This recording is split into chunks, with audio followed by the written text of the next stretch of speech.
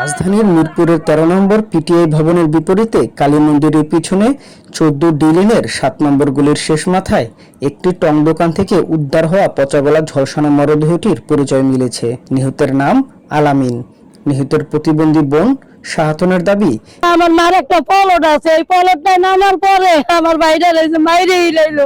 আমরা দুই বোনে যদি অর্ধেক পাই, ওই একলা অর্ধেক পাইব না, কোন একটা ওই পাইবার আমরা দুই বোনে পাবো অর্ধেক। এই পলটের কাজটা নামার পরে একটার পর একটা বিভ্রান্তি করতেছে, একটার পর একটা অশান্তি করতেছে।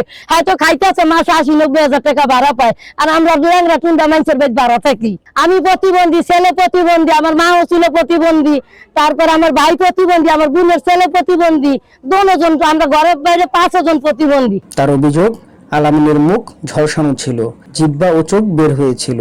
হত্যার পর মুখে অ্যাসিড নিক্ষেপ করে পরিচয় গোপনের চেষ্টা করা হয়েছে।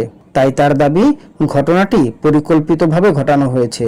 তার অভিযোগ আপন চাচাতো ভাইয়েরাই আলামিনকে হত্যা করেছে।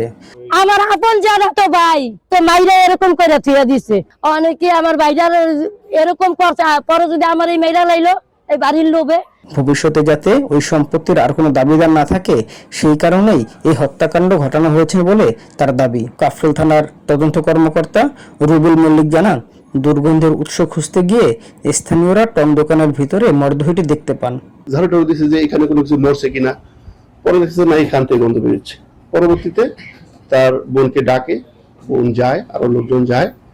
যাওয়ার পরে ওই ভিতর দিক থেকে ওই শিকলটা লাগানো ছিল, তারা ওই লোকজনের সহায়তায় ওই শিকলটা খুলে দেখে যে সে মানে মৃত অবস্থায় আছে এবং লাশটা অর্ধগলিত। পরবর্তীতে এলাকার লোকজনের মাধ্যমে সংবাদ প্রাপ্তেই আমরা থানা পুলিশ ঘটনাস্থলে যাই আর কি। খবর পেয়ে পুলিশ ঘটনাস্থলে গিয়ে মরদেহটি উদ্ধার করে। তিনি বলেন, মরদেহটি ময়নাতদন্তের জন্য হাসপাতালে পাঠানো হয়েছে। মৃত্যুর প্রকৃত কারণ ময়নাতদন্তের প্রতিবেদন পাওয়ার পর নিশ্চিত হওয়া যাবে। পরিবারের হত্যার অভিযোগ গুরুত্বের সঙ্গে তদন্ত করে খতিয়ে দেখা হবে বলেও জানান এই তদন্ত কর্মকর্তা।